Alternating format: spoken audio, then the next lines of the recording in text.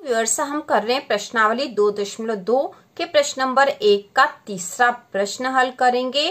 तो यहाँ जो प्रश्न था वह है निम्न द्विघात बहुपदों के शून्य ज्ञात कीजिए और शून्यकों तथा गुणांकों के बीच के संबंध की सत्यता की जांच कीजिए। तो शुरू करते हैं।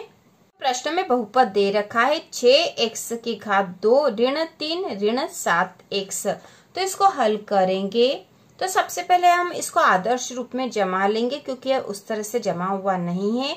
तो बहुपद का जो आदर्श रूप होता है वह होता है ax की घात 2 धन bx धन c। तो इस रूप में जमाने पर यह हो जाएगा 6x की घात 2 ऋण 7x ऋण 3। ठीक है, x की घात 2 के बाद x वाली संख्या आती है और उसके बाद अचर पद होता है। तो यहाँ पर हमने इस रूप में जमा लिया और यहाँ पर a b c भी निकाल लेंगे हम। x की घात 2 के साथ जो संख्या होती है वह a होती है। तो यहाँ पे x की घात 2 के साथ संख्या 6 है तो a बराबर 6 हो जाएगा। अब b बराबर, तो x के साथ जो संख्या b होती है तो यहाँ x के साथ ऋण का 7 है तो b का मान ऋण का 7 हो गया। इसके बाद जो अचर पद है वह c होता है तो यहाँ c का मान हो जाएगा ऋण का 3। तो हमें a b और c के मान चाहिएंगे बाद में, तो हमने अभी निकाल लिए हैं तो आसानी रहेगी हमको। अब हम इसको हल कर ले। तो हल करने का वही तरीका है जैसे कि हमने प्रश्न नंबर पहला और दूसरा करा था। तो बीच वाला जो पद है इसे ऐसे दो भागों में बांटेंगे कि उन दो भागों का गुणा करने पर ये दोनों जो संख्या है इनका गुणा आना चाहिए और जोड़ और घटाव करने पे बीच वाला ही पद आना चाहिए। तो इसका मतलब यह है कि ऐसे दो भागों में बांटना है कि यदि गुणा करें तो हमें मिलना चाहिए 6x की घात 2 गुणा ऋण 3।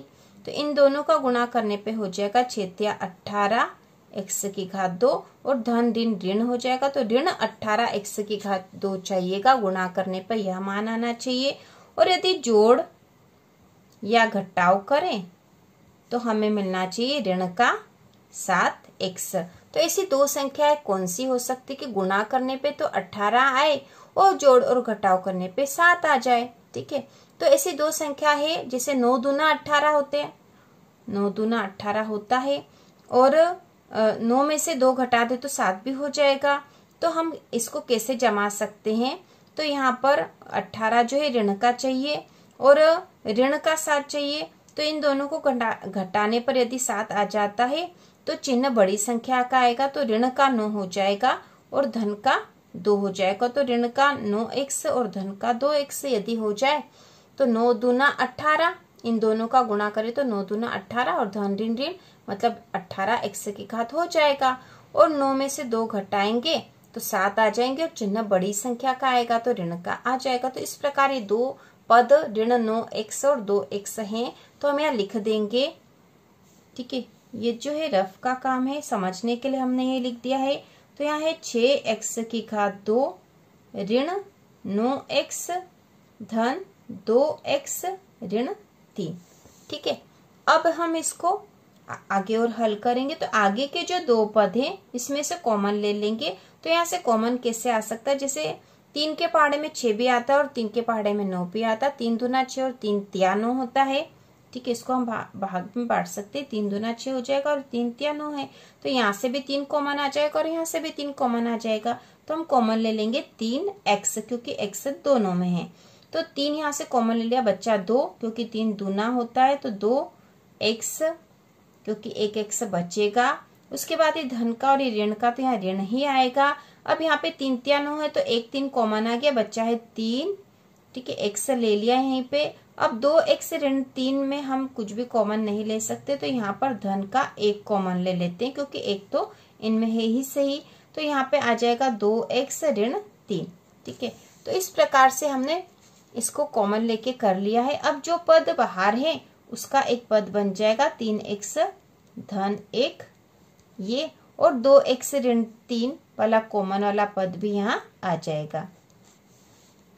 अब यहाँ पर 3x धन 1 और 2x ऋण 3 इन दोनों पदों से हम शून्यक निकाल लेंगे। तो पहले इससे कर लेते हैं।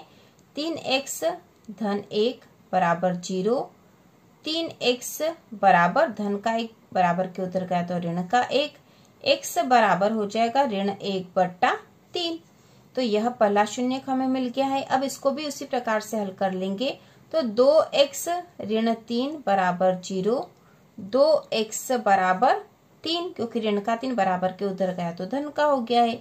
अब x बराबर हो जाएगा 3/2। तो ये दो शून्यक हमें मिल गए हैं। तो हम लिख देंगे अतः शून्यक बराबर ऋण 1/3, 3/2। अब हम जांच करेंगे। तो सबसे पहले हम जांच करते हैं शून्यकों का योग।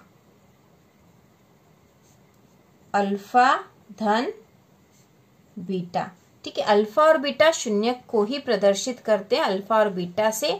तो हमारे अल्फा बीटा मतलब शून्यक यह है और इसका मान होता है ऋण b/a। अब बराबर अल्फा के स्थान पर ऋण 1/3, ऋण 1/3 धन बीटा के स्थान पर 3/2 बराबर ऋण b/a। तो b का मान हमने पहले ही निकाल लिया था यहाँ पे, इसीलिए तो b का मान है ऋण का 7। तो हम यहाँ लिख देंगे, यहाँ पे सूत्र में ऋण है तो पहले ऋण और b का मान है ऋण का 7 बटा a का मान है 6। अब हम इसको हल कर लेंगे। तो यहाँ पे जो 3 और 2 है हर में, तो ये जो भिन्न वाली संख्या है इसका एलसीएम निकालना पड़ेगा। तो एलसीएम 3 और 2 का एलसीएम 6 आ जाएगा, ठीक है। एलसीएम ऐसे निकालते हैं, ठीक है। यहाँ पे देख लो एलसीएम कैसे निकालते हैं। तो यहाँ पे आ जाएगा 3 और 2, 3 का पहाड़ा बोलेंगे, 3 एकम 3 बच्चा 2, यहाँ पर अब भाग जाएगा 2 का, ठीक है। तो यहाँ पे 2 एकम 2 हो गया। अब जो संख्या है 3 गुणा 2 बराबर 6, ठीक है। तो इस प्रकार से हमने एलसीएम निकाल लिया। तो बहुत छोटी संख्या थी, 3 दूना 6 ऐसे भी कर सकते थे। इसके बाद यहाँ पर हम लिख देंगे एलसीएम जो आया 6। अब इसको हल कर देंगे तो 3 दूना 6 होता है और 2 का गुणा ऊपर होगा तो 2 एकम 2 और वो भी ऋण का आएगा क्योंकि ऋण का 1 था इसलिए। इसके बाद 2 तिया 6 मतलब 2 में 2 का भाग लगाएंगे 6 में, तो 2 तिया 6 3 बार भाग जाता तो उस 3 का गुणा ऊपर वाले 3 में होता तो 3 तिया 9 और ये धन का आएगा क्योंकि यह धन का है। तो धन का 9 बराबर ऋण का ऋण में गुणा करेंगे तो धन हो जाएगा तो 7/6, क्योंकि ऋण का ऋण में गुणा करा धन हो गया है, धन लिखने की आवश्यकता नहीं होती है और ये 7/6 हो गया है। अब बराबर यहाँ पे ये ऋण का और ये धन का है तो दोनों घट जाएंगे और चिन्ह बड़ी संख्या का आता है तो 9 में से 2 घटा देंगे तो 7 आ जाएगा। तो 7/6 बराबर 7/6। तो यह बिल्कुल सही है, यह जांच हमारी सही क्योंकि दोनों ही तरफ बराबर संख्या आ गई है। अब हम करेंगे शून्यकों का गुणा। बराबर होता अल्फा गुणा बीटा बराबर है c/a, ठीक है। ये सूत्र है इसका। और अल्फा और बीटा शून्यक है तो अल्फा का मान है ऋण 1/3 गुणा बीटा का मान है 3/2 बराबर c का मान हमने निकाला था ऋण का 3 बट्टा a का मान निकाला था 6। अब इसको हल कर देंगे तो 1 में 3 का गुणा करेंगे तो 3 आएगा और चिन्ह आएगा ये ऋण का और ये धन का तो ऋण आएगा, ऋण का 3 बट्टा 3 का गुणा 2 में करेंगे तो 3 दूना 6। तो यहाँ ऊपर वाली संख्याओं का गुणा हो जाएगा और नीचे वाली संख्याओं का गुणा हमने यहाँ कर दिया है बराबर ऋण 3/6। तो इस प्रकार इन दोनों में ही बराबर संख्या आ गई है। इसका मतलब यह जांच भी सही है। तो अब हम यहाँ लिख देंगे अतः हमारी जांच सही है। तो इस प्रकार से हमने पूरा प्रश्न हल कर लिया, बहुत ही आसान था। तो इसी प्रकार के और वीडियो देखने के लिए कक्षा 10वीं की संपूर्ण तैयारी के लिए चैनल को सब्सक्राइब कीजिए।